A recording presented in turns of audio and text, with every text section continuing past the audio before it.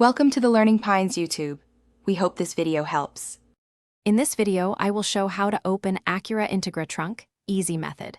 Start by sitting in the driver's seat and locating the trunk release on the door or console, then press firmly.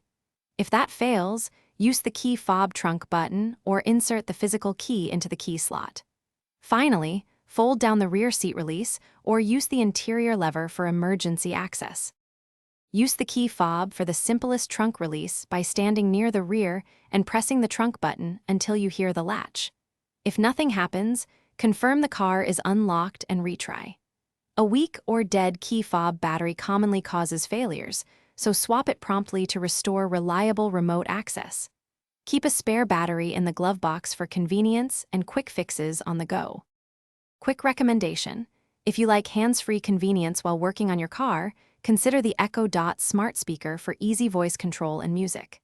It's great for setting timers, playing how-to audio while your hands are busy, and keeping instructions audible in the garage. If you're finding this video helpful, please subscribe and like to support more tips. Check the description for the Echo Dot link and other deals. Now let's get back to the video. When the key fob fails, use interior options to open the trunk by locating the release switch on the driver's side or center console and pulling firmly.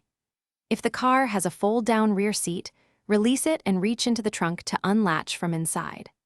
Also check for valet mode or child safety features that may disable the trunk release and adjust settings in the owner settings if needed for access.